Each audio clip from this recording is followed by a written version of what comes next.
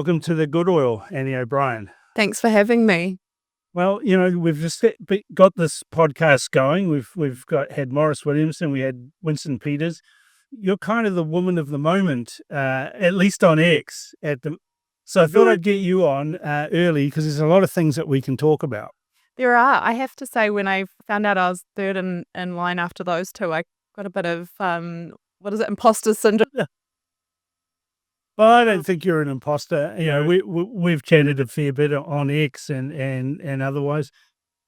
Let's go back a couple of years to the Posie Parker debacle. Now, you were there, weren't you? I was, yes, right in the thick of it. Not in any sort of official capacity, just an observer, a woman wanting to hear another woman speak. Yep. So I'd just gone along. I'd been in touch with Posie, but I wasn't one of the organisers. And I was going to have a turn speaking, as many women were, and then it all turned to shit.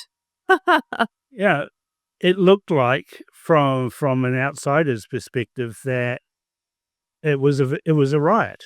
It was really frightening, really frightening. When I first arrived, being the kind of free speech person I kind of was like, hey, this is great. There's a crowd of people who are here to have a discussion. There's a crowd of nutters who are here with signs. They're doing their thing. We're doing our thing. There's fencing. Okay, this is okay.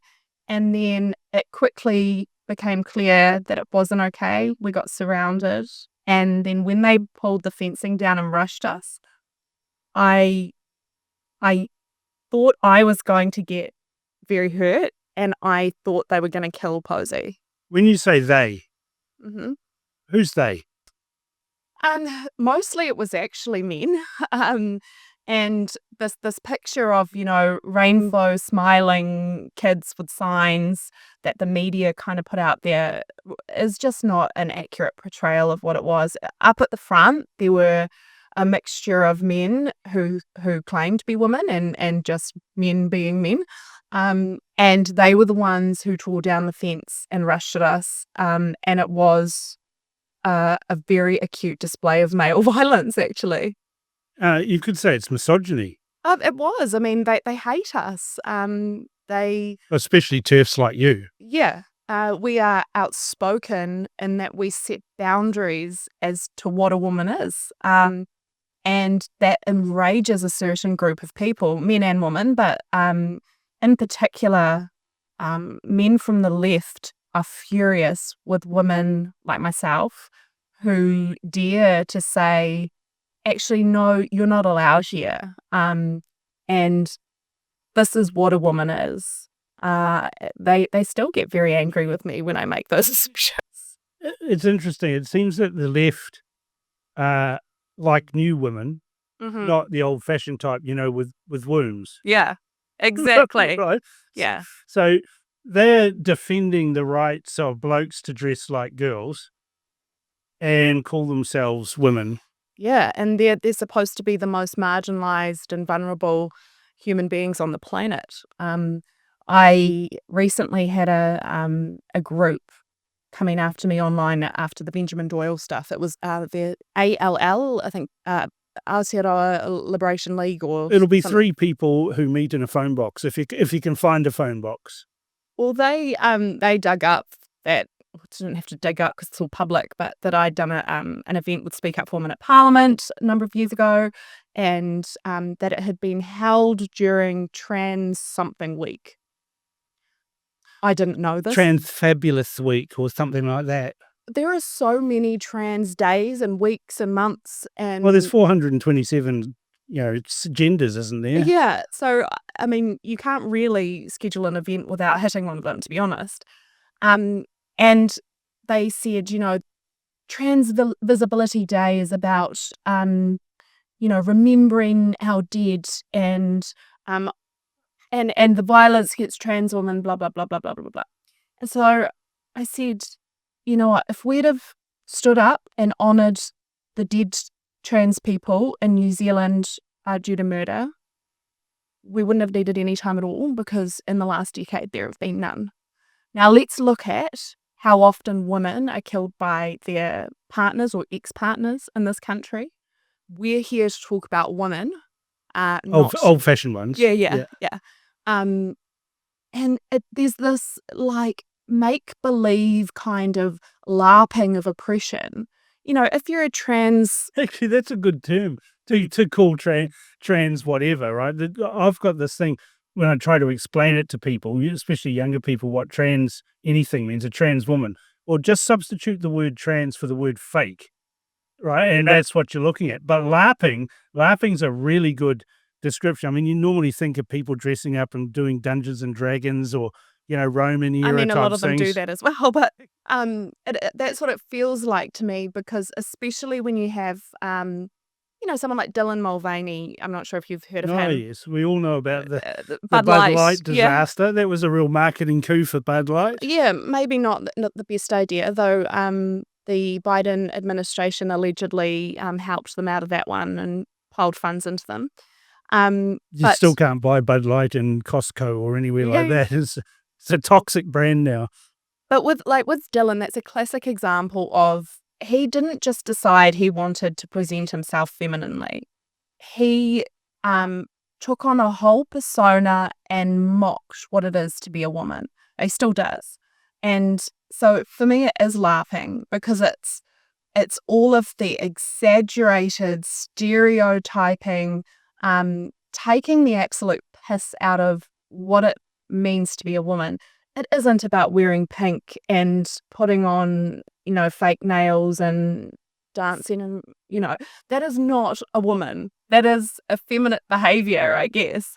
And so a lot of the misogyny around the trans movement is in how they perceive women and then how they mimic it or exaggerate it. Well, I mean, I do see it as misogyny. What it's like the last stand of the patriarchy almost, that we're, decidedly average sportsmen, in any given sport. It doesn't matter, swimming, weightlifting, which is two classic examples. In any kind of sport where blokes are average, they don't even rate in the top 200 in the world. They can't win anything when they're actually competing against proper blokes. So they get this bizarre idea that if they grow their hair long and tuck it all away and pretend that they're a woman, that the International Olympic Committee and everything else that's associated with the sports bodies will, because of wokeism, fall in line and say, yes, that's a woman, and here you go, you can bash the hell out of someone in an Olympic boxing ring, win a gold medal. And what staggers me from that it is not only the misogyny. What staggers me is that no women stand up who are competing and say, no, not on my watch. I'm not going to compete with this. There have been recently, there's been a few, like the fencing Yep. that was in the last fortnight. But they're few and far between. And the reason for that is I have a lot of sympathy for them because a lot of this is happening at around college level. These are often women on scholarships who are told, if you do that, you will lose your scholarship. There are consequences to it. So a lot of them are towing the line to avoid quite large consequences in their life. And so that is where it's been really important for ex-elite athletes to speak out, for example. And there have been some really great, Martina Navratilova has been really awesome on that. And it's really important that those of us with platforms speak up for these women who are being constrained by the rules of the sport or their scholarships or that kind of thing. And you see that with the fencing thing, I think she refused to compete, and now there's been I think it's called actually Ultimate Frisbee or something. Yeah, I mean, Yeah. what she did is a by the rules forfeiture of a competition. She took the knee, Yeah. right, and said, no, I'm not going to fence. It's quite incredible how people as well seem to think that it's just a rare thing. It's one or two cases. Why are you making a fuss about it? Much like Chris Hipkins yesterday with his "don't make a fuss about language" thing. Do not get me started on that man. Oh, well, we'll get started on that. That's a red flag there. You've just signaled for me. I'll get myself in trouble. But the this whole, oh, it hardly ever happens, you're just making a mountain out of molehill. Well, in the last fortnight, we've had the fencing, we've had the frisbee, we've also had a case where the pool championships or world champions or whatever they were had 2 trans women in the final. You mean men? Yes, exactly. 2 men in the final. So there were no women in the final at all. And then there was, I think, one's just won the darts. But see, the trans argument is that, oh, you're genociding us. But actually the trans movement is genociding women.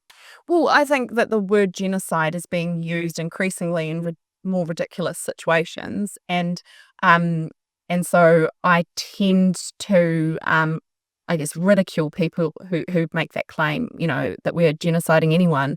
As I said, no trans woman or trans person in New Zealand has been murdered in more than a decade. And generally where those stats come from, where they say, oh, trans women are likely to be murdered, blah, blah, blah. I don't know, Uganda or somewhere like that. No, it's actually, it's Brazil. My partner's from there. It's Brazil has huge stats, and it is trans women who are in the sex trade. So they are already in a very, very vulnerable position. And the statistics of any person, any woman in particular in the sex trade in Brazil are really bad as well.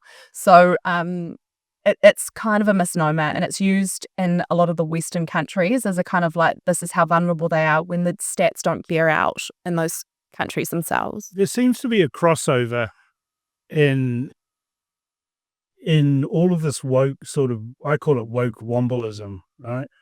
But there seems to be a crossover too with free speech, because we've seen this, and we'll talk about Benjamin Doyle a little bit later, but we've seen that the Greens' excuse and Benjamin Doyle's excuse is that this is nothing but moral, a moral panic that's imported, culture wars from the United States. And I'm sitting there scratching my head and thinking, hang on a second, everything the Green Party does is imported culture wars from around the world. They haven't had a unique idea themselves since their inception, really. I mean, that's unfair. I think some of the earlier environmental things, I guess some of their, Jeanette Fitzsimons and Rod Donald and all those kind of things. They were old-fashioned greenies. They were old greenies, right? And that's why I was an ex-Green voter. Because for me it was obviously a young, idealistic person worried about the environment. And so I'll give them their dues there. When they were that kind of party, I think they had some unique ideas. But even I could have supported, I'm being a bloke who's into fast cars and, firearms and hunting and all those sorts of things. My hobbies kind of require clean forests and pristine air and fresh flowing water. But we're not allowed to talk about how the hunting community and those who enjoy the outdoors for non-green approved reasons might care about the well-being of the environment. No, but not everyone can eat mung beans and tofu, right? So some of us actually have to eat meat because, genetics. Yeah, we are omnivores. Yeah, that's right. Mostly. And no bloke wants to load up their body with protein that is, highly infused with estrogen either, just quietly. So I think there is definitely some vegetarians in the Green Party who probably have a very tofu-laden diet. I was a vegetarian for 10 years, and it happened to overlap with my time supporting the Greens. And I ended up eating meat again, because my doctor said, you're not getting the nutrients. Have you ever met a happy vegan? I mean, you always know they're a vegan because they tell you. Yeah, that is true. No, I don't know if that's to do with them being vegan and what they eat, or if it's to do with the associated politics. Well, I think it's the politics, because, they're the ones who are throwing soup and paint on pictures, saying, this is how bizarre these protests are from these whoopsies and weirdos that are out there. We're going to go and throw paint on a Van Gogh painting because it's an oil painting. Because Like they're morons. acting out. I mean, in the UK, you look at the ones who are doing those paint throwing kind of things. As soon as they're arrested and their name gets out there, it takes about 20 minutes for everyone to figure out that they've gone to the very top schools that, £30,000 a bloody term or something. Their parents are lords or something like that. And they're all incredibly privileged individuals who, Hereditary peers. yeah, so they don't have to worry about being employed as young 20-something students. They're able to LARP again as activists, knowing that, when they have to get serious in their late 20s, daddy or mummy has connections, they'll get a job and then they'll be respectable. Yeah, and so Whoopit and Imogen run around in their PVC raincoats, protesting against oil with their plastic cell phones and everything else that extractive industries are required to give them the lifestyle that they enjoy. Yeah, it's all incredibly hypocritical. And I think that is part of why people get so sick of our greens, is that it is the hypocrisy on all the different levels. It's we are the champions of the environment and the government is so bad, while they use phones that cannot be made without extracted minerals. While they fly up and down the country several times a week. While on recess, they go and have a holiday in Japan. They go on about climate change, Yeah. and as soon as they can, they're off to the tropics to get warm. I mean, everybody, look, they go on about wanting to stop, global warming, and they call it climate change because every now and then the weather defeats them on that argument. But what is wrong with people in Invercargill being able to grow pineapples and mangoes, in their backyard? I mean, surely, like, more people die from the cold than die from heat. That's true. And I had the privilege of meeting a guy called Bjorn Lomborg. Oh, yes. Yeah. Yeah. And I've also read his book, False Alarm. And I appreciate his perspective. He's been cancelled by the likes of the Greens. Alex Epstein has a similar point of view, that we wouldn't be where we were if it wasn't for fossil fuels. And if you take fossil fuels away, which, by the way, Bjorn Lomborg has written an article in Spiked in this week about exactly that. If we took away fossil fuels, millions would die. Yeah. So his book False Alarm goes into basically he is not denying the existence of a changing climate. And he's not denying that there will be negative impacts of that. What he says is our overreaction to those things is causing more damage than what would happen if we actually sat and did nothing. Now, he's not also advocating for that. He's advocating for mitigation and that kind of thing. But he makes the point that the best way to reduce our emissions is to bring the third world out of poverty, because they are using the highest amounts of fossil fuel. You look at China and India, the two biggest emitters. If we can lift them out of poverty through trade and make it more cost effective for mitigation. Mitigation's got to be a far better way than all of the so-called taxes that they took. Billions and billions and trillions of dollars worth of taxes is going to do what exactly? He does advocate for a carbon tax, but it's kind of more nuanced than the ones that are discussed more widely. But what I like about his work is that he has done cost and benefit analysis on like basically all of the kind of global agreements that we have, the policies that are in the major kind of leading countries like America, China, India. And he's saying it's actually costing us trillions more to do nothing, achieve nothing, than it would be if we actually took an alternative route, which was not to just stop fossil fuel right now, but to get these countries out of poverty and then create transitionary modes of renewable energy and that kind of thing.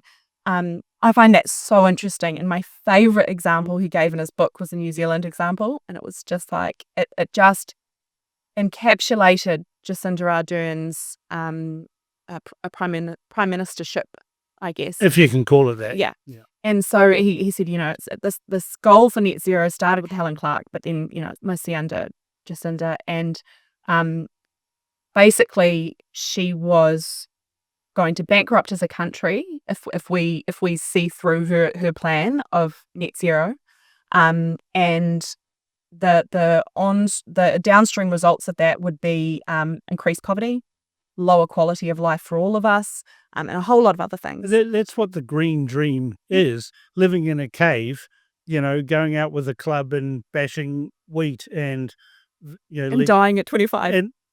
And various other green legumes and things like that. That's what we have to live on, and then everything will be great. Oh, and by the way, you can't have pets. Well, the most just embarrassing and just what sums it up is that he worked out that if Jacinda achieved every goal she had with net zero, it would result in global climate change emissions, global reduction, slowing down by 3 weeks.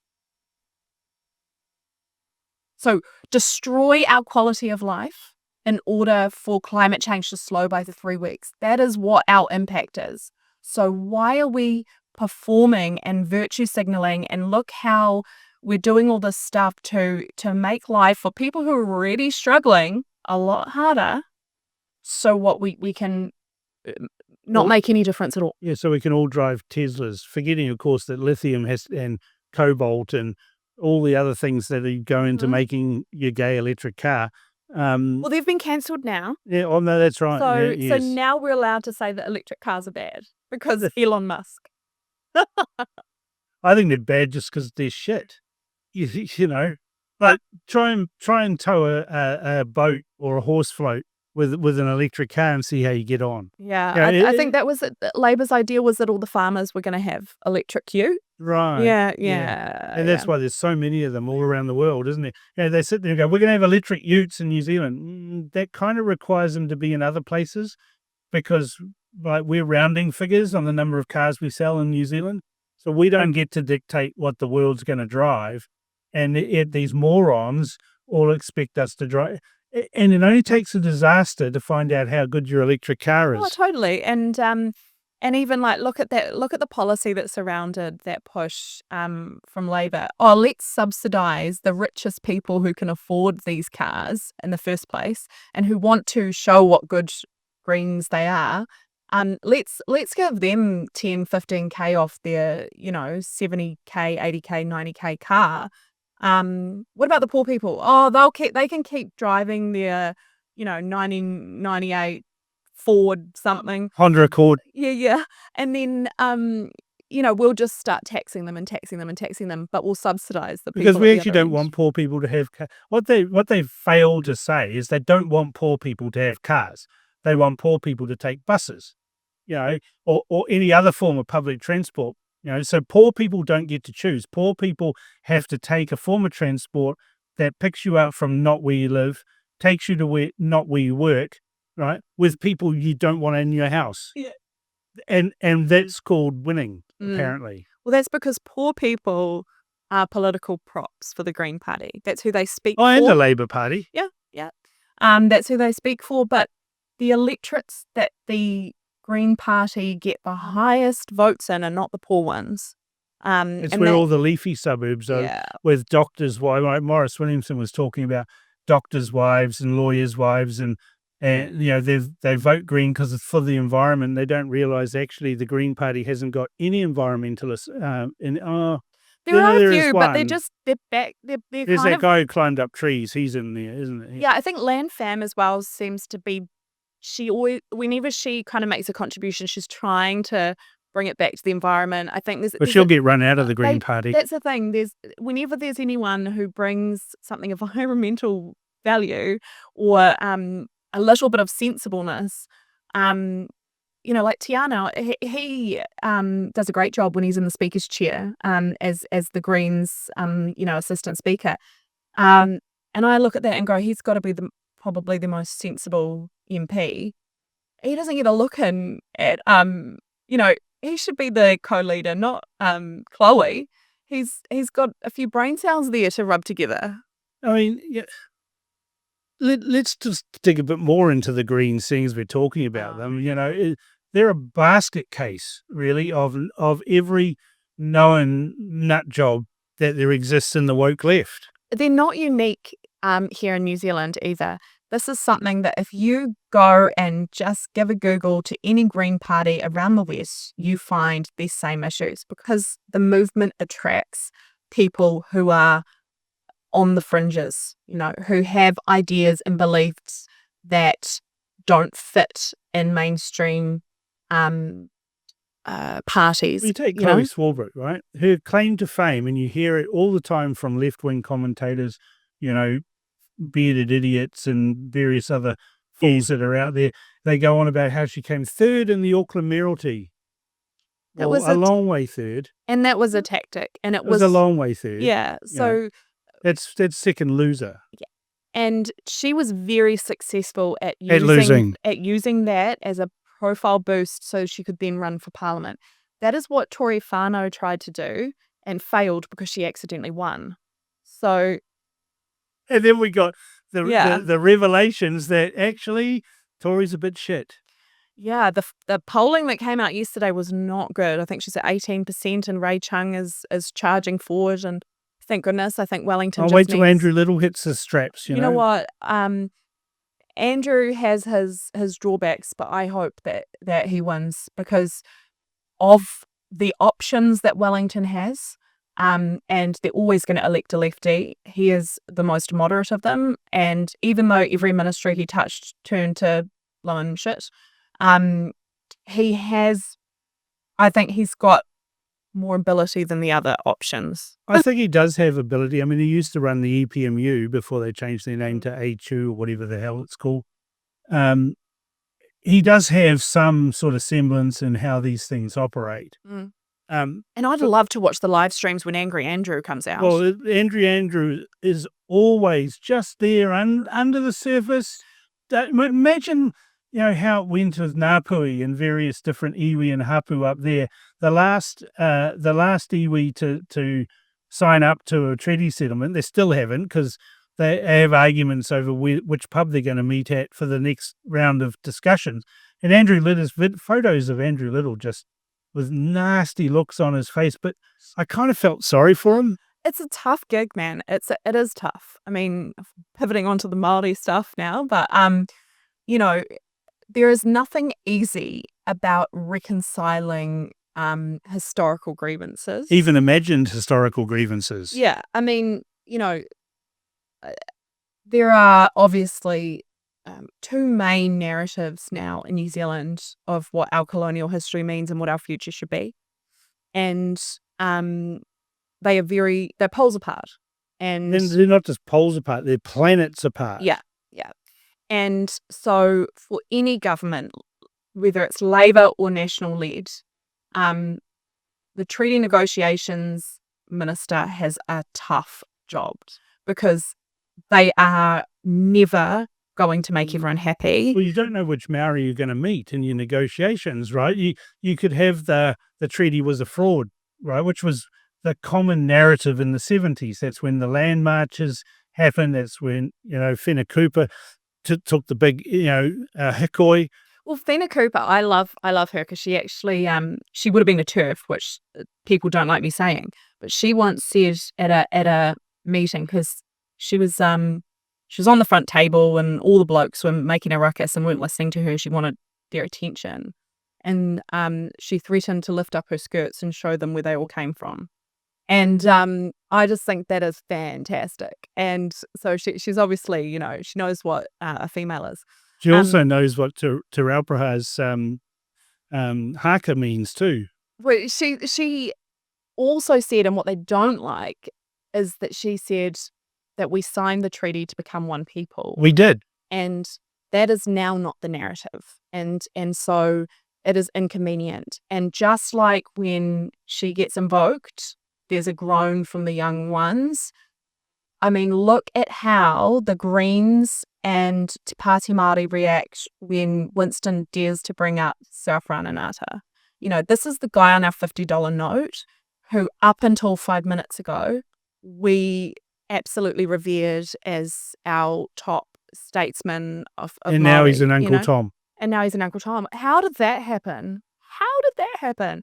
And even Carolyn Buck and all of them that Winston loves to refer to. They were elected because they were the best people for the job to get elected. Nothing else. It wasn't because they were Maori. It wasn't because of some sort of woke, separate group that they ticked a number of boxes on. It's because they were damn bloody good politicians. As Winston loves to say, Sarafa Ananata completed law school in 2 years flat. Yep. I always love it when he says that, but these were very but he wouldn't have done any tikanga courses though. No, probably back then, not. So he probably wouldn't have been a very good lawyer because he didn't have the tikanga sorted. The thing is though, he was alive in the 1800s, so a lot closer to the action than Natalie Coates, for example, who at the treaty submissions, treaty principle submissions, basically discredited him. I was quite astounded. She's a top treaty lawyer. Vested interest. Yeah, she's Kerry Allen's ex-wife is her other claim to fame.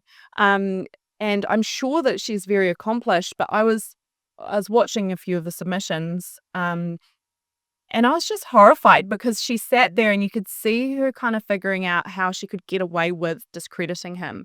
And she kind of went, he's really important, but, or something like that. And everything after the but tells you all about them, not the person they're talking about. Yeah. And so I kind of look at it and go, okay, all you millennial and Gen Z maybe lawyers who have fantastic ideas about what was meant back then and what the Crown and what Māori intended, are discrediting the guys who were there or who were there a lot closer to the action. And I struggle with that because that is revisionist. And they don't present new evidence. They present new interpretations. And I don't see how those interpretations are more valid than Sarafa Ananata or whoever else back then. This revisionist history, though, is causing problems, right? Like, people forget that, it's pretty much accepted that Maori tipped up in New Zealand about 1350 AD, right? Well, let's put that into perspective. They came here in 1350 and they never went back. We're told that they're great navigators. Well, in my world, a great navigator is someone who can sail to somewhere they don't know and then turn around and sail back again to say, I've been there. It's the reason why we know that Leif Erikson discovered Greenland and the eastern shore of the United States in that area in Canada, because he sailed there, didn't know what was there, just wanted to find out what was there, found what was there, turned around, came back, and now we know about it because of the Norse sagas and all of those sorts of things. To be fair to them, Christopher Columbus did think he had discovered a new route to India when he showed up in America. So it's some of the kind of top navigators of from Britain and from elsewhere, but not quite top. But that was 1492, right? Yeah. Leif Erikson did it in 850 AD. But what I'm really saying is that we're told that we've got this great race of navigators, these amazing people who sailed around the world, right? In 1350, in Europe, you had the Italian Wars, where British mercenaries like the White Company and all of those guys were marauding around northern Italy, being paid for by dukes of Milan and Florence and all the city-states around there, taking on the papal state. This was brutal warfare fought with halberds and longbows, and they had plate armor and they had chainmail. Before that, at 1066, you had Norsemen who had settled in France, who decided that's where Normans comes from. They had taken on the Anglo-Saxons. They had better weapons, they had better tactics, and they decimated the Anglo-Saxon leadership. Prior to that, of course, in the United Kingdom, the Anglo-Saxons had taken over from the Roman Empire, and before that we had the Roman Empire. We had all of these amazing societies doing amazing things while we had some Stone Age guys in dugout canoes tipping up here and then subsisting until Europeans turned up in about 1700 and whatever. The way I kind of see it is before the world connected and there were disparate groups of people, you had different speeds of civilization, right? As you say, you talk about the European history, and look at the Romans in inventing And the Greeks, plumbing. and the Greeks you know? before that. Yeah. All of that was going on. We all have gone through these stages, and through conquest and through really horrific war, assimilation. All civilizations have developed by adopting different resources, different skills and stuff that they learn from their oppressors, to use that language. Colonizers. And so that's what was happening in Europe, is that there were, but in Europe, there were it was much easier for lots of different groups of people to have connections with each other. Because it's a landmass. Yeah. Whereas you have in the South Pacific and even with Australia, you had a group of people that did not come into contact with very disparate groups, right? Just kind of subsections of their own peoples. So there wasn't that clash of culture and then adoption and assimilation process. So things happened at different speeds. But we've all gone through the same process ultimately, looking back. And so what sometimes I get a bit, I don't understand, is when people use the fact that, Māori engaged in cannibalism when they had tribal warfare. We all did at some point. We all did, yeah. Every civilization went through that stage, but it just happened at different times. And the speeds, I don't think, is necessarily a reflection on, okay, these guys were better or worse. I think it was just based on the circumstances that allowed for that progression with meeting other groups of people and learning from them. And that's what happened very rapidly in New Zealand when Europeans showed up, was that having had the benefit of, as you said, centuries, millennia of fighting and of cross-cultural assimilation and that kind of thing, those Europeans then brought all of that here to a group that hadn't had that kind of engagement, and there was a rapid process of civilization. It had to be. I mean, Māori literally lived in grass huts with dirt floors. They didn't have pots. They didn't have metal. They didn't have the ability. Like, even in Fiji, the Lapita tribe in Fiji had developed pottery, and they're still famous to this day, Lapita pots. There's none of that in all the places that we have archaeologists dig things up, and Pa sites and Marae sites and things. There's no shards of pottery. There's nothing like that. So you had literally a Stone Age people. Their weapons even were wooden and stone, right? And with some exceptions, there was, bone and things like that, but there was no metal. Coming up against a Stone Age culture, which gave a good account of themselves, which is partly the reason why the British entertained a treaty. But people forget that in 1840, Great Britain had fought Napoleon to a standstill just a few short years ago. They had liberated slavery had been abolished in 1832. And it's one of my favorite topics is British abolishment of slavery, because there's a lot of chat, especially in America, bloody Americans, about the need for reparations. Oh, really? Right? I was discussing this actually with somebody on the weekend. Oh, really? And I said, hang on a second. Okay, sure, people from Ghana and the west coast of Africa were uplifted and taken to the United States. Sure, that was terrible. It was mostly black people that caught them and sold them to somebody else. That's true. Right? Yeah. And they got uplifted there. Now, let's say we had two brothers, right? One got taken into slavery and sent to the United States, and one stayed in Ghana. Whose ancestors are better off?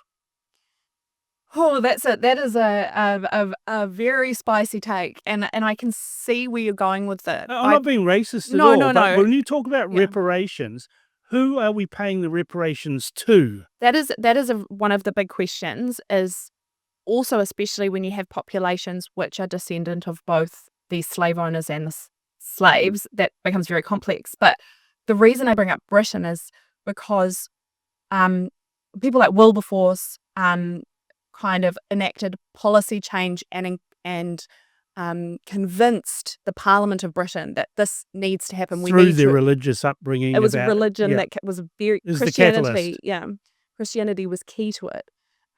So it was a parliamentary political decision.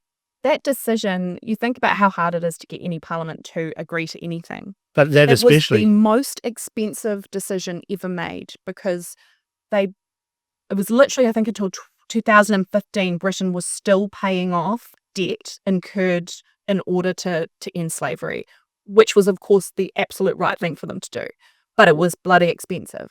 So they not only did they do things like buy a bunch of slaves off slave owners so that they could free them, which people accuse them of being complicit in slavery by doing that. But they were being pragmatic. They said, you know what, we don't want them to be slaves anymore, so we're going to compensate the slave owners just to make them go away and shut up, and we're going to free these guys. And to me, that should, like, get it done, you know? And so they did that.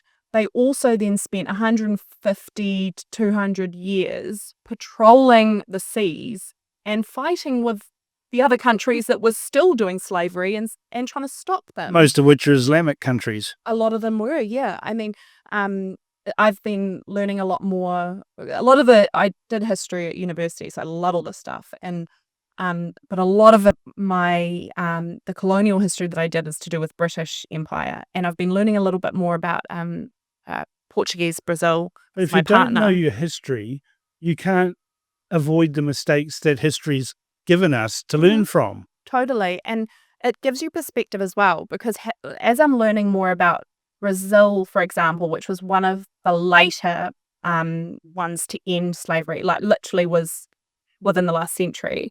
And people forget there are places in the world today where Still it have is slavery. still happening. Mali, for example, you know. Yeah. And I mean, there's also the modern equivalent, which is mostly affects women. It's sex trafficking, and that is a whole nother topic that I get very passionate about. But in terms of looking at New Zealand's experience with colonialism, and the British overall, I read a really interesting book by Nigel Biggar. Who he's another cancel. I love reading books by cancelled people because it tells me they've got something interesting to say. Yeah, if somebody's cancelled, let's get them and talk to them. Yeah. So he's an ethicist. And he's written, I think was it called Colonialism or Colonization? Okay, Colonialism, I think. And he writes it as a history, but it's through the lens of ethics. And it's basically an analysis of the ethics of the British Empire in particular. He says it's empire in general, but it's very British-centric. And there are definitely parts that I don't agree with in the book, because he really simplifies some of the horrendous aspects of conquest and of colonization. But he kind of neatly goes through and provides context. And a lot of that context that people forget now is that this has been the process by which the human race in general has lived forever. So colonization and colonialism is not a British invention of, it's happened forever, wherever different peoples butt up against each other. Now, in Europe, you had multiple tribes. I mean, there's... Yeah, as you mentioned before, there was like a whole heap of slaves. Like, who's the indigenous people of France? Well, you can't... How far back do you go? Right? Like, let's not get into Israel-Palestine, but yeah. I mean, this is the joke of it all, and we've got this change from people like Carol and Nata and all those who were fantastic human beings who excelled, and you could say now excelled despite being brown, right? Because since the 70s, we've had this doctrinaire, all-knowing, mothering, socialist-type view that poor Maori were hard done by, that they can't look after themselves, and that's why we need to have a separate health system for them, and we need to do this, and we have to have special courts, and we have to have, special.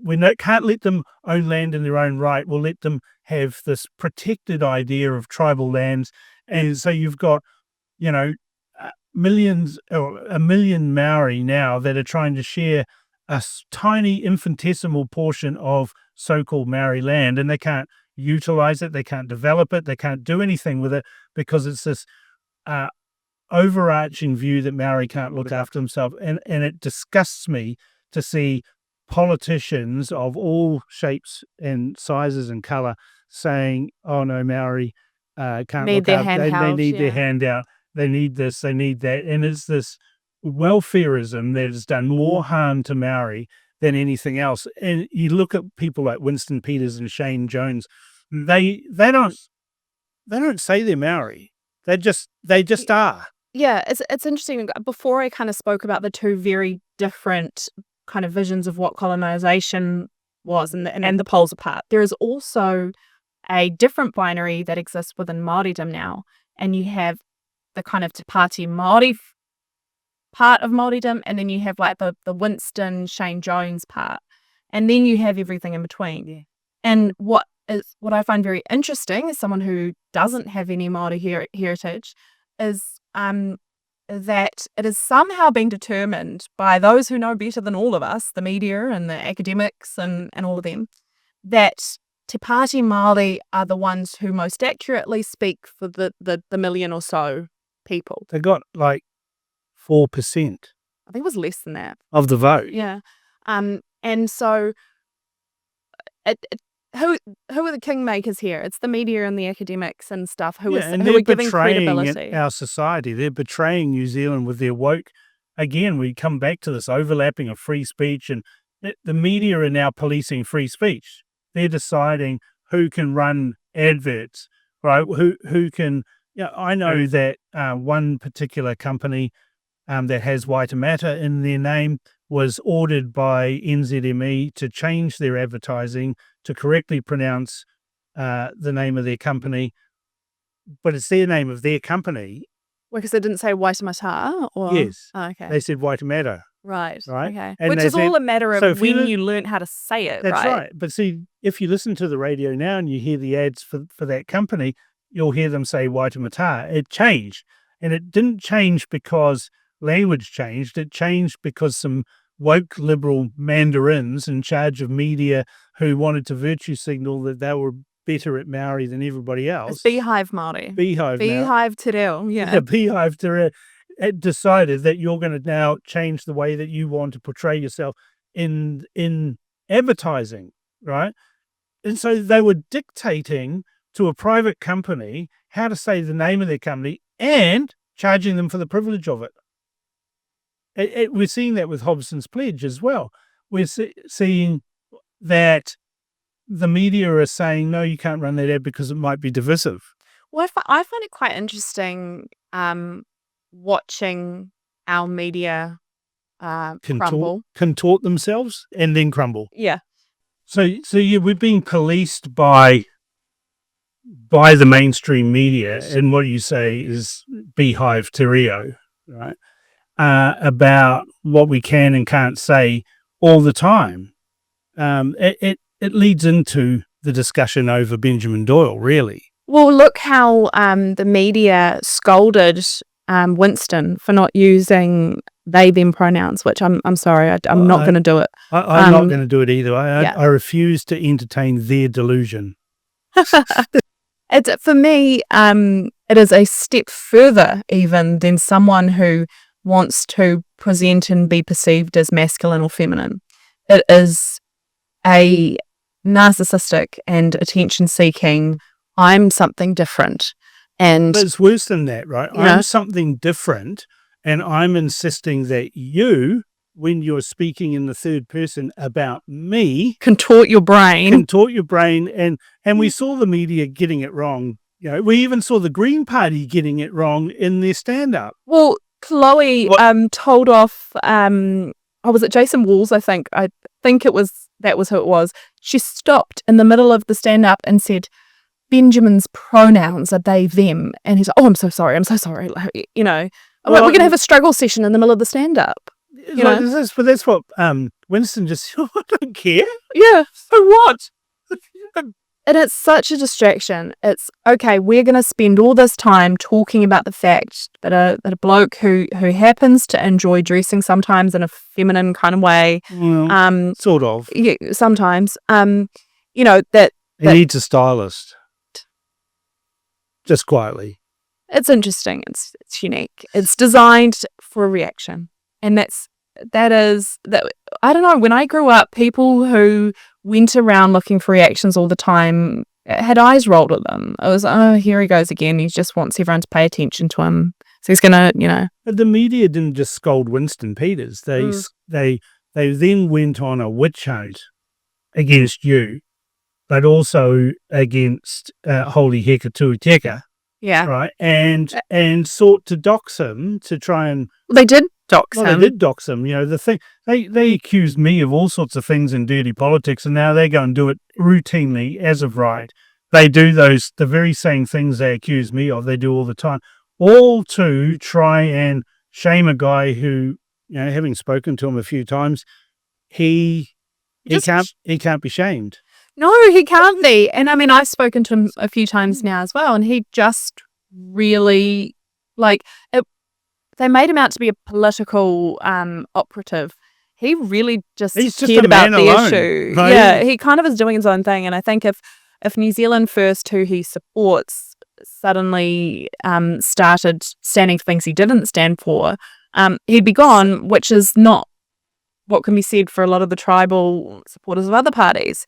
I found it incredible that the hyperbolic reaction to me, because I made sure throughout that I never accused Benjamin of anything that I couldn't prove. So I observed with my eyes that it was inappropriate. And then what you did write, because I read everything you wrote, I read everything that you tweeted, I retweeted most of them. But I always, having been sued 3 times for defamation, I am very careful about what I say or what I accuse people of. But you simply said these symbols are acknowledged by the FBI and Instagram jurisdiction that this is what they mean. Yeah. And you said, and he's got those symbols loud and proud on his profiles, on his social media. And then you looked into the terms and what that means in modern parlance.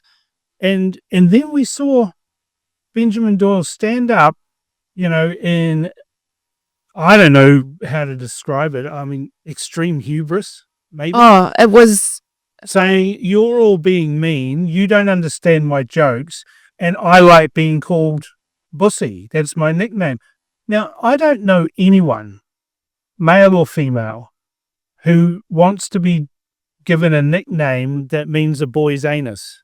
Yeah, I mean, let's take an example here. People might call themselves Dick, you know, because they're Richard or whatever. But it's a bit different. It's a little bit different, right? And I think I've previously used, you know, some of the blokes in Parliament as an alternative example. But let's look at if Nicola Willis had an alter ego called Sugar Tits or Candy Tits or something, you know. Probably Vinegar Tits, to be fair. Oh, don't be mean. You know, but like she's always scolding everybody though. She sounds like a scold. She has got 4 children and an economy to turn around, but say she had an alter ego. Yeah. And she had an alternative Instagram account, her Sugar Tits account. If she posted a picture of one of her children and what must be said was not an appropriate kind of pose, I guess it could. Well, even if they're not, let's say she's in the photo in BDSM gear. Yeah, and saying with a kid there holding titties galore or something. Yeah, you know, galore, like, can you imagine what the media would be like? Nicola Willis is look at the fuss over Sam Uffindell, right? Something he did as a teenager in a boarding school. I mean, Well, I said to him not long ago, I said, imagine if it was you that done this. And he said, because I was teased, I said, that you would you'd be pleased to know that no one's ever going to mention the bed leg again, because if it happened before you were in Parliament, it doesn't count anymore. That's right, yeah. And he said, there never was a bed leg. He said, we had drawers underneath our beds. It was like they were blocks. I don't know where the bed leg came from. It's just, these things take on a life of their own. Well, but that's what the mainstream media does, and you look at the fuss over Jamie Lee Ross, for example, right? You had 4 apparently anonymous women making all sorts of allegations. Well, I'm sorry, you can't make allegations like that and not show your face. It was all orchestrated by the senior leadership of the National Party at the time, designed to destroy someone and humiliate them. And it ended up with him trying to commit suicide. Well, that was what I was kind of getting at when I was talking about the media reaction to Benjamin. I went through some examples of when National was in government, and Jamie Lee is a good example. Now, I think he is absolutely bonkers and a raging narcissist, but you're right, there are questions to be asked. Politicians are raging narcissists, right? Yeah, this is true. Most of them have at least a tendency. They're successful ones anyway. And the really good ones are sociopathic as well. Our favourites. But yeah, and then you have the ones like Dr. Shane Reti, who, because he's not, is unable to play the game to the extent he needs to. But anyway, I digress. I think another example that I brought up was Aaron Gilmore. Can you imagine? He lost his job because he was rude to waitstaff, and that is not nice. He was rude to waitstaff, and he said, "Don't you know who I am?" Yeah, right. Yeah. And so, in terms of the grand crimes of the last few years of politics, he must feel so ripped off that he fell on his sword for that. Maybe he can get reparations. Maybe. But the Jamie Lee Ross situation, you look at how reluctant the media were to go into this Benjamin situation. I went back and looked at these articles because I was trying to do a bit of a comparison. The speculation and the unfounded accusations that were printed about him, I say again, as not someone who's a big fan of his, that why wouldn't they take that approach with this particular guy? They were so worried. They went straight on the attack of Winston Peters. Yeah. Then they were trying to and did dox Holy Tuateka. And then the bashing machine that the left has, which is very, very good, started on you. Well, it was really funny because they're all telling me I'm going to get sued for defamation. And I'm going... Have they got 300,000? Because that's what it costs, right? But also, I know I never, ever accused him of the P word, and they are all, they say, you went around calling him a paedophile. You never did. I never did. I've never done it either. But yeah. But I can say, well, if something looks like a duck and it sort of has orange feet and waddles around and it quacks like a duck, it could be a duck, but I need to check on that. We need to ask some questions. Yeah. But no questions were asked. And that's what I thought it was sufficiently in the public interest and of concern that we could have a conversation about how inappropriate it was and how much of a child safeguarding risk it was.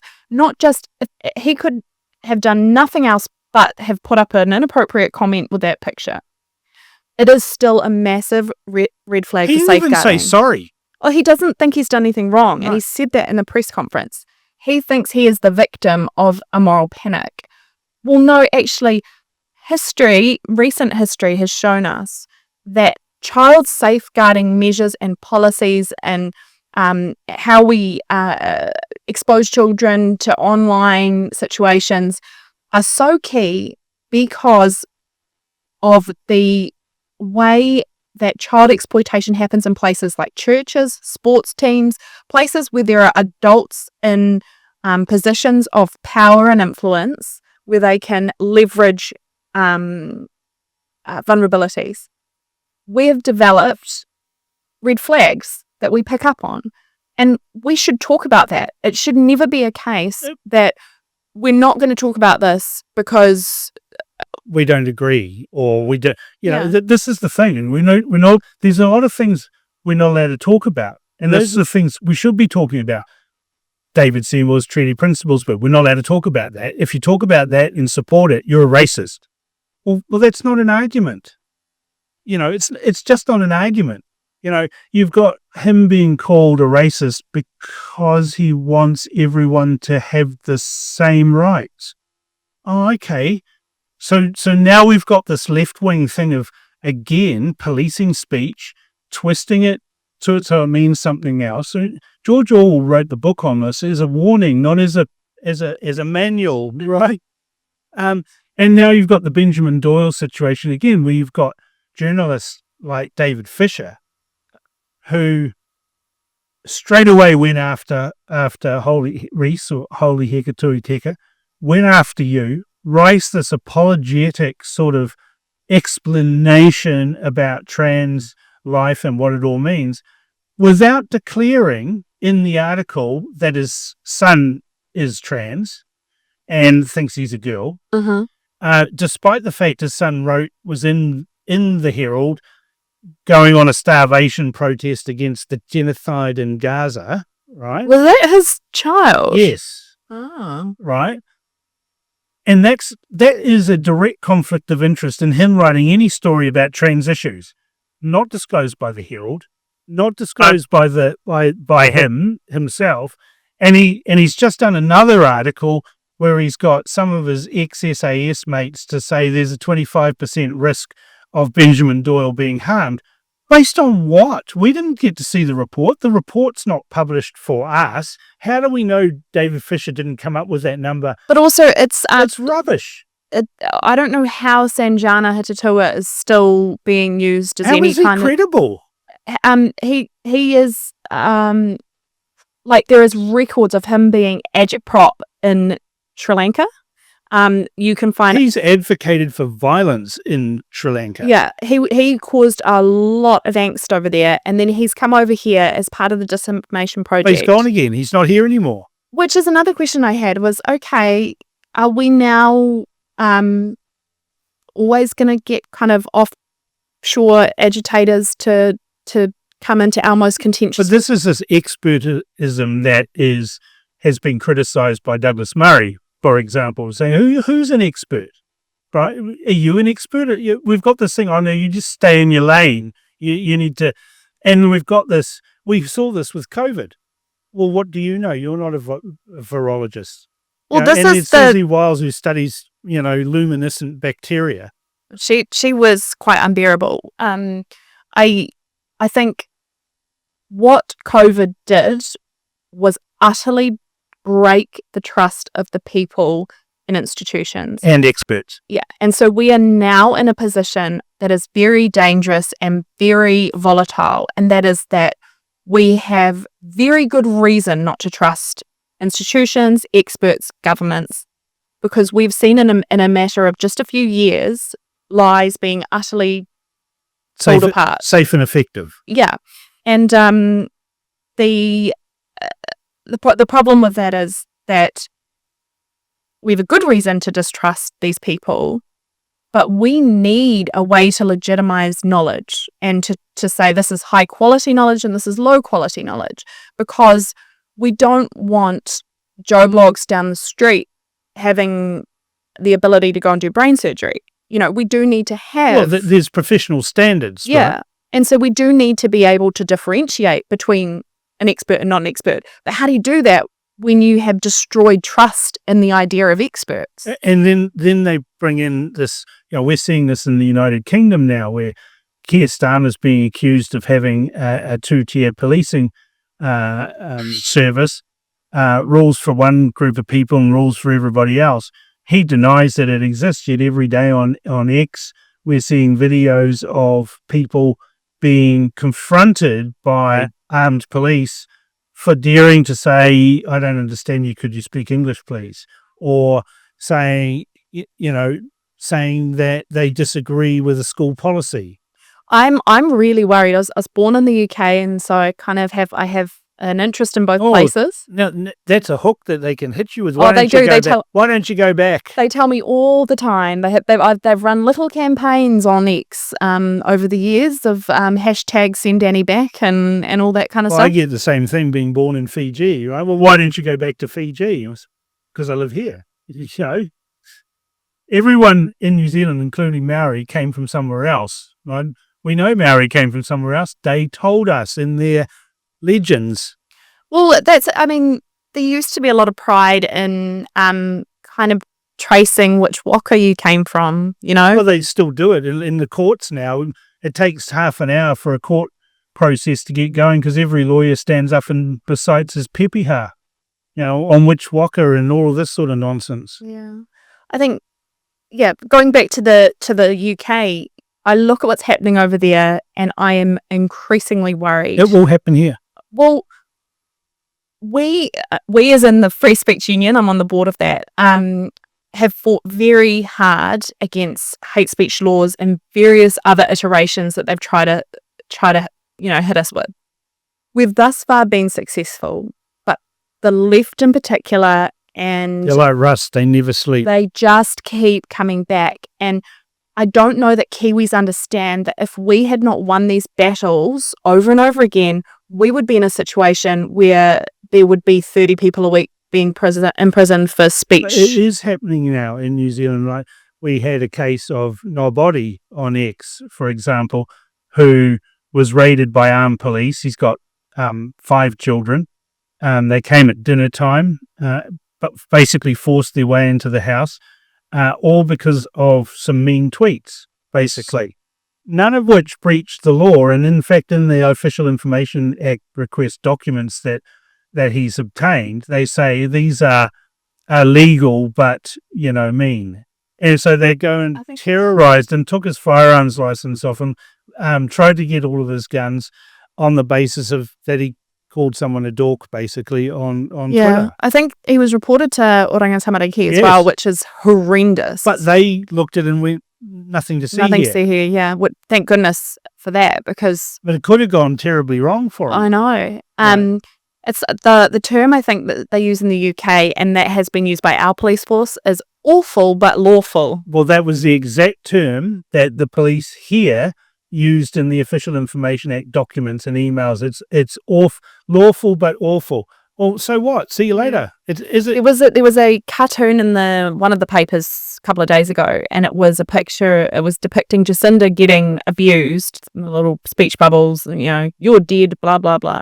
And then there was I think it was meant to portray some of the guys on the board with me at the Free Speech Union in dad shorts and saying you've just got to toughen up and get a thicker skin and blah blah blah.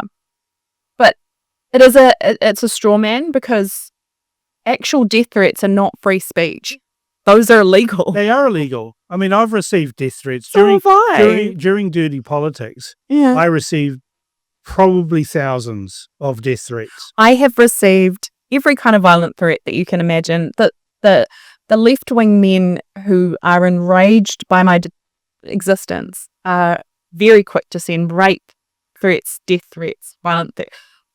I find it incredible because, and I do actually find it really frustrating when I see all these articles about, left-wing women are getting, the MPs are getting abused, and I'm thinking, they don't give a single shit when it's their followers are going after me. You used to work for Judith Collins. You know what sort of stuff that she used to get. It's horrendous. But the difference between left-wing and right-wing is the right-wing MPs handle it and get on with it. And get on with it. The left-wing makes this huge thing. Oh, it's misogyny.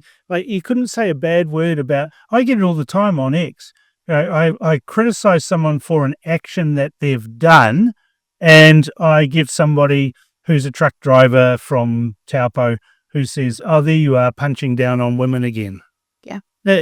Nah. No, she was the Prime Minister. She was the most powerful person in the country. I'm allowed to criticize her. But if I ever criticize any woman politician, he always says, oh, there you are, punching down on women again. No, they're politicians. So you can't punch down on them. You're actually punching up. Yeah.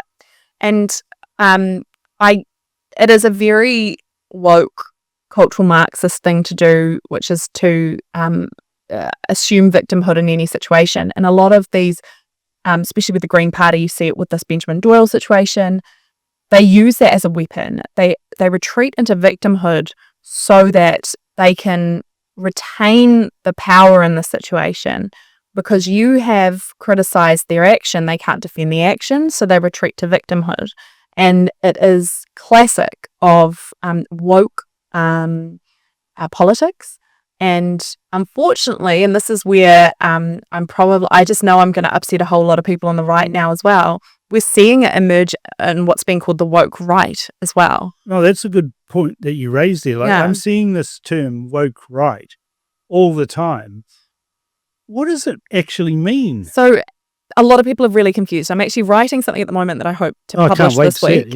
And it's the way that it's been characterized by people like James Lindsay, who kind of is responsible for its kind of burgeoning, is it is not about the belief. And this is where people get confused. It's not, your Nicola Willis, who's technically on the centre right, but she's really into all the woke stuff. That's not woke right. It is about the behaviours and the tactics. So it is the cancel culture, it is the purity politics, the victimhood, the grievances. And so the left and the right are now both weaponizing these in woke ways, but through different political ends. Okay, I get it now because, I look at my own experience, right? I was in 2014 labelled by the mainstream media as the most despicable person in New Zealand, as written by Nikki Hager, David Fisher, Matt Nippert, every other, journalist out there who attacked me from left and right. And the reason why they were attacking me was because I was too effective at what I was doing. It's DAVO, deny, attack, reverse, victim, offender. And then I was brought up in a political family. I got beaten up by unionists in public meetings. I sledged politicians and I always used to say to my father, why the hell don't you fight like they do? Oh no, we're not like that. And the National Party always had this, lofty appearance of not wanting to fight dirty. And I said, this is a bare knuckle fight you're in with politics. Either get hardened knuckles or have a knuckle duster, but fight like they do. And I fought like they did and became very popular, well-read, and was actually impacting and breaking stories that the mainstream media should have broken, so I had to be destroyed. Yeah. I mean, it's similar now, right? Those of us who are on X who... Well, you're a traitor, right? For a start, you're a TERF, right? You're not the right kind of feminist. Yeah, exactly. Right? You're outspoken, and how dare you? Right? And all of these men are saying, you need shush. Yeah, get back in your box. And he hush down now, right? And the men are talking, and we've got this bullying aspect, and you even wrote about it, and I have to apologize that I'm a bearded man, and I'm actually interviewing you where you have been attacked by a group of, and when you put them all in one photo, you go, well, maybe she's got a point. There is a look of leftist men in New Zealand who are really engaged in online politics. They definitely have a look, and it is very beady bro.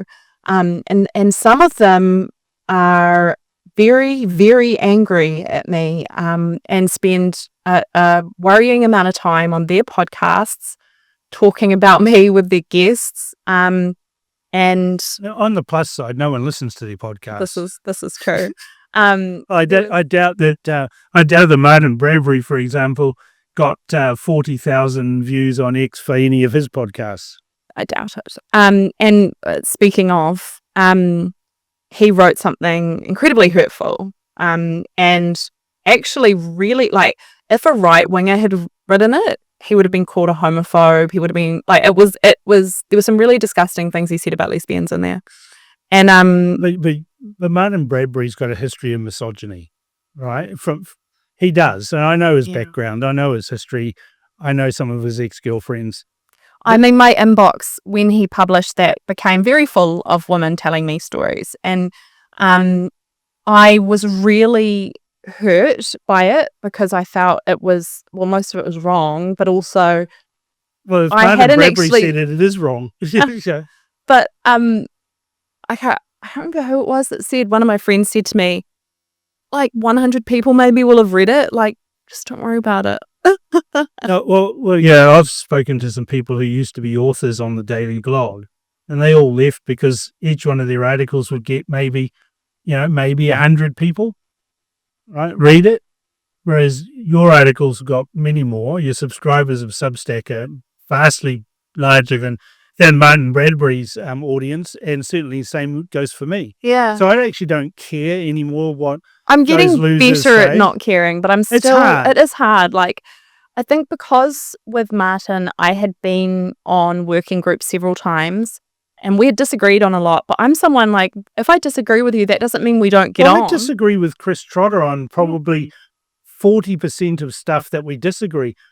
But I prefer to look at the 60% of things that we agree on, and can we work to some sort of compromise on this other 40%? And what I've found with Chris Trotter is, by and large, and this is funny too from Martin Bradbury's perspective, because when he used to have a show called Citizen X or whatever it was, Oh, okay. right? I was on all the time. Like, this is a joke about Martin Bradbury. He uses people, right? Yeah. So he'd use me to try and boost himself up, but he would get guests on to come on with me, and they were always told, you have to get Cam. And once I knew that, I wanted to, in the 1 hour of TV recording, get the person who was supposed to get me to say, well, actually, I agree with Cam on that. Right? It was a little game that I used to play, and those videos are all still up. If you watch them, you'll see, oh, well, actually, I agree with Cam on that. And they were lefties, but they were what I call old lefties, the Bryce Edwards style of lefty, the Chris Trotter type of lefty. I was one of them. I voted honest lefties who are for the worker. They're just approaching things from a different angle, and I can sit down and have a glass of wine with Chris Trotter happily, share a coffee with Bryce Edwards. All of these people, that was all ignored in dirty politics, but that's what makes politics tick. This ability to talk across and with people on the other side. And that's what I think people who haven't worked in Parliament don't realise, is that there's a lot of theatre, but also there's a lot of interaction, especially, when you are on select committees and stuff. Like, these MPs are spending a lot of time with MPs from other parties, and they travel as well often to things. They shag them as well. Yeah. Let the dirty secrets out.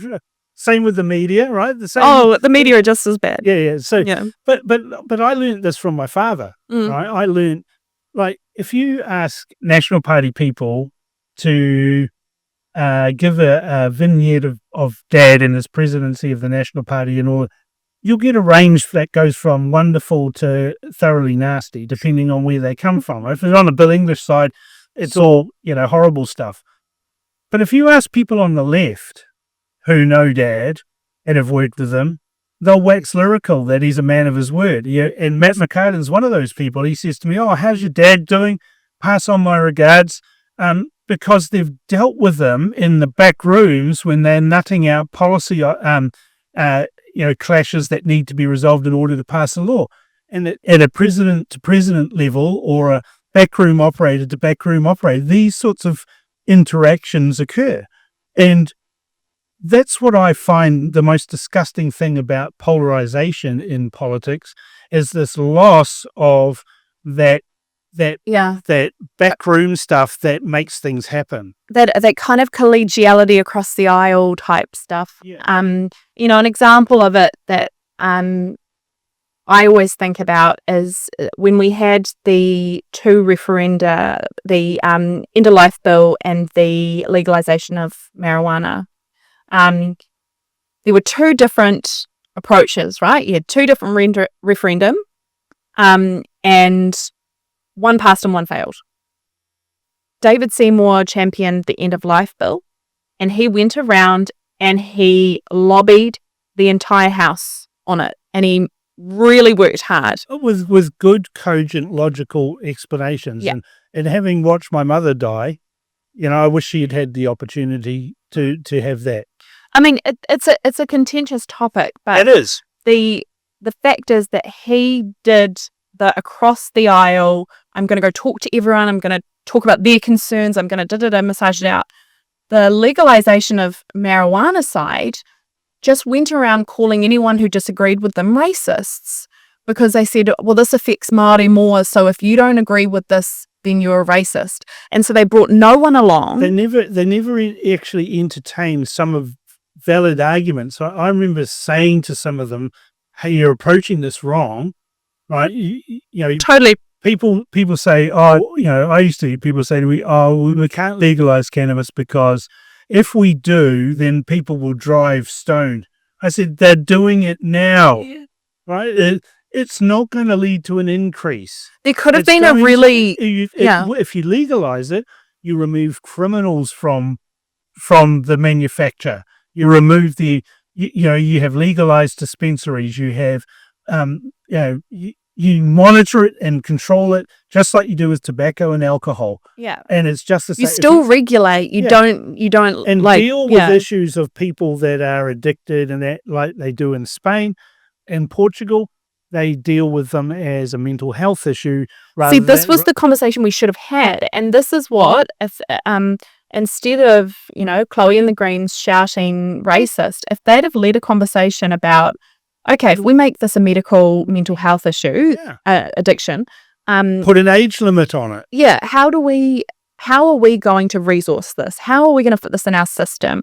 What impact is this going to have on our courts actually? It's going to reduce, X amount of... It would reduce court time significantly. Yeah. It would free up the police to deal with violent criminals instead of dealing with stoners. Mm.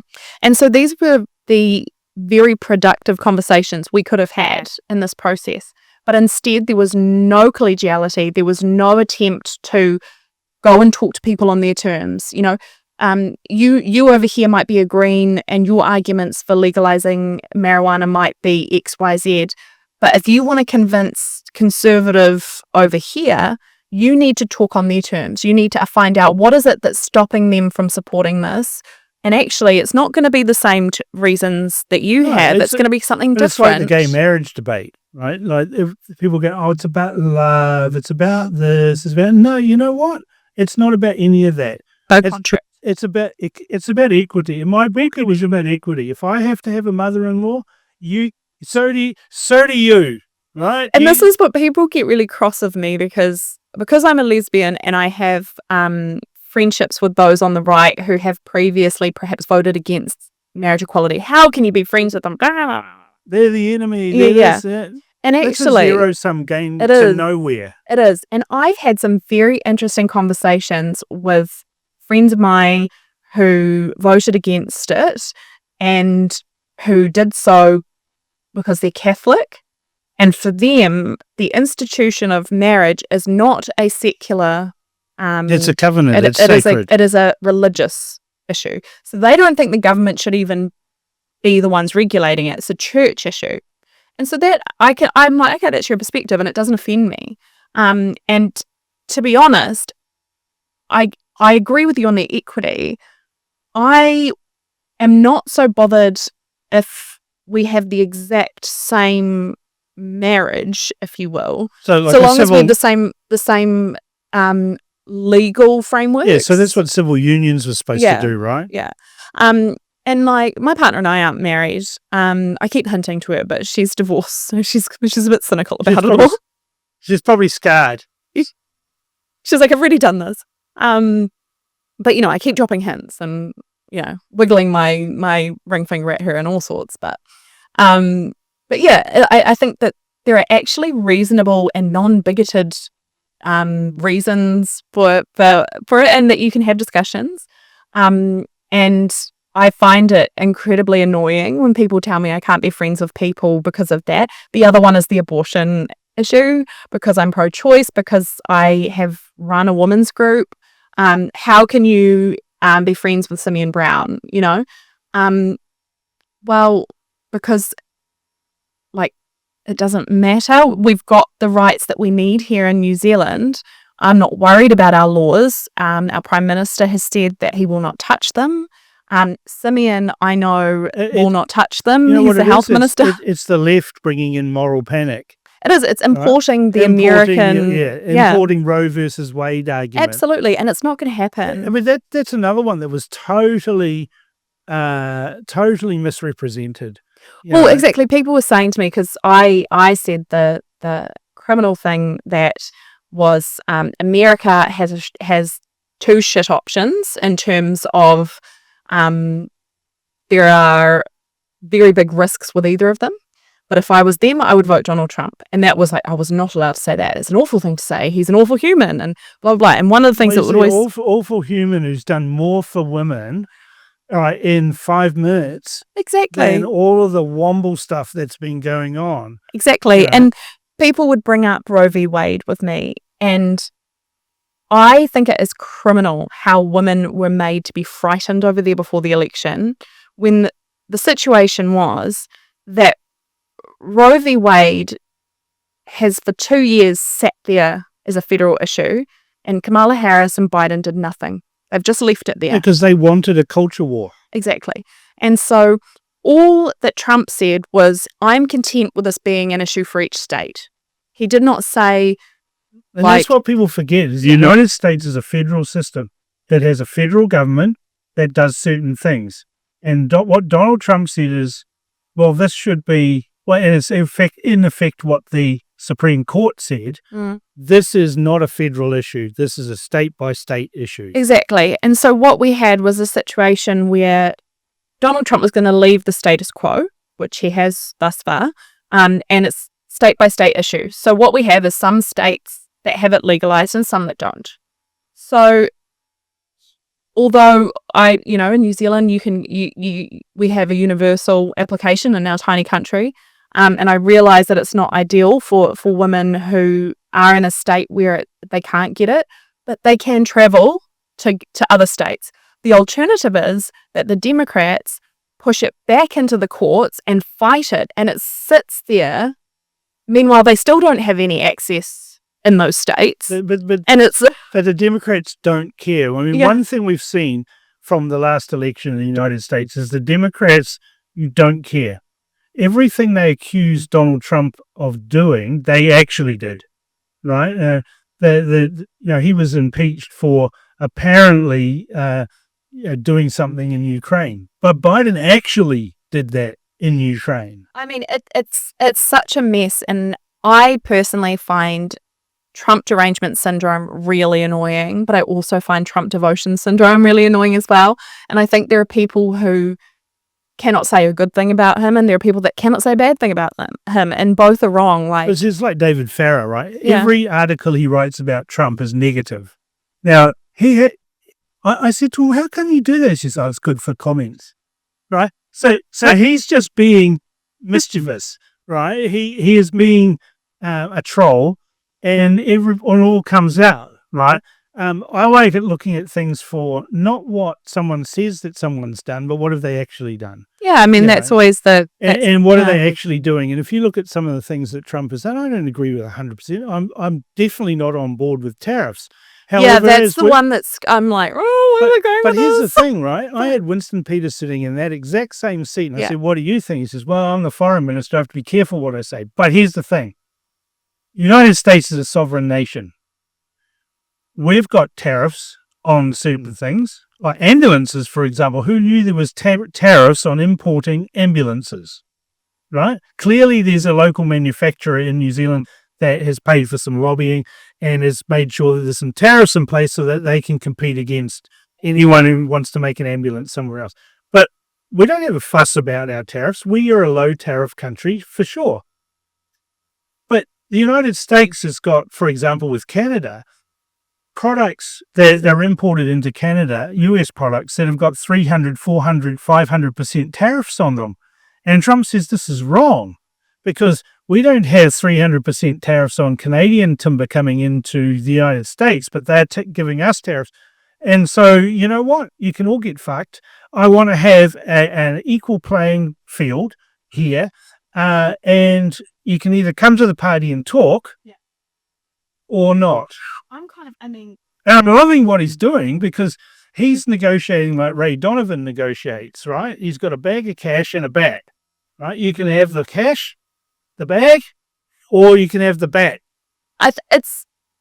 It harks back to an older era of strongman politics, and I'm finding it fascinating. And I know, like, there are consequences. I have not looked at my KiwiSaver because I am very worried about But it. you never should. I know. Imagine if people had a little electronic sign outside their house when they're selling it that changes the value of the house as houses around them are being sold and those sorts of things. It'd drive you nuts. You'd put a gun in your mouth and pull the trigger, right? But that's what people do with KiwiSaver.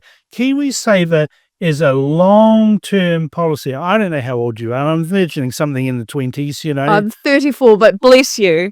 Bless you for that. It's time just to get into the Botox. So you're in your 30s, right? Look, you shouldn't be looking at your KiwiSaver. You can't touch it till you're 65 anyway. Well, we want to use it for a house, Right. and so it is kind of in the immediate future. But I have it in a pretty aggressive one for that reason, and so I'm pretty sure it's taken a hit. It's a temp.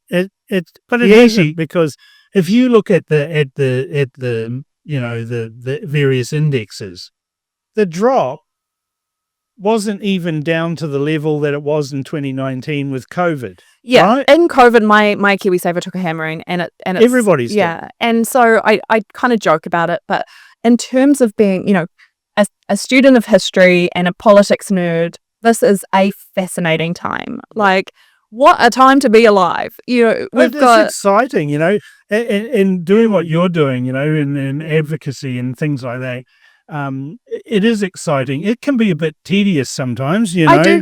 I get really depressed sometimes, especially when we look at New Zealand's future around race. I am really worried. Yeah, I'm worried about that too.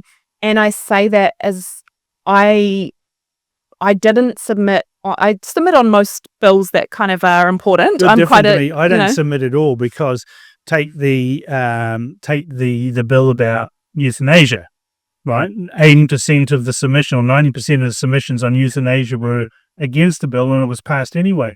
And here we've got the Māori Party and the Labour Party crowing that 90% of the submissions were against, and we've defeated the bill. You know what? They haven't defeated the bill. No, and do you know what? I think everyone should go and watch James Meagher's speech in the second reading of the bill, because he breaks down a lot of those processes and does some fact checking on the left, and I think it's a very good speech.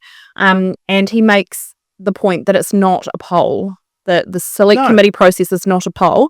But I've been involved in politics so long to realise that submissions are kind of pointless. Yeah, I think it's more about often getting it on the record, and they can be used in a way that puts pressure now because of how they are videoed. Well, we've got new rules now, yeah. Right? If you can get 80 or 90% to oppose it, you can now use the argument of the Māori Party to say, well, this bill shouldn't progress. Yeah, I mean, the one thing about that bill, and you know, we're running out of time to cover it, but the one thing that it showed is the abject cowardice of the National Party. It is. The National Party are often the fence sitters, and I think that it was almost catastrophic how Luxon handled it.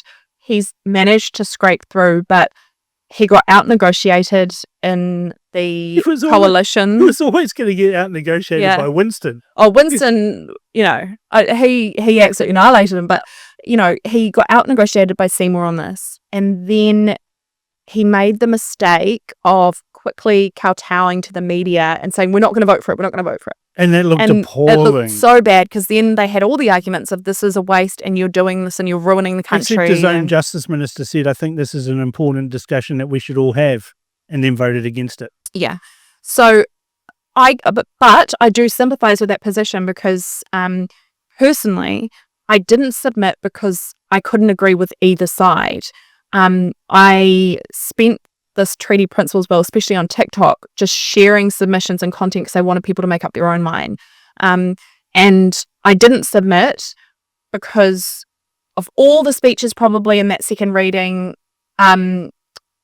Casey Costello's resonated the most with me, and that is that I agree with New Zealand First that we have a problem here, but this is not the solution. I agree on New Zealand First's position on that too, because their position is there are no principles in the treaty. If we introduce a law that does have principles, sometime in the future it's going to get changed, and we don't want that. No, and I think we do need, like, the bill's gone now, but the problem persists. No, the problem's still there. Yeah, and so we're in a situation where one side thinks they've won, the other side is still very angry and upset, and there's a whole lot of people in the middle who are like, oh, is this our future? Yeah.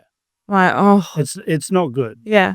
So I really worry about it. I don't know what the solution is. But we could talk for hours on just that.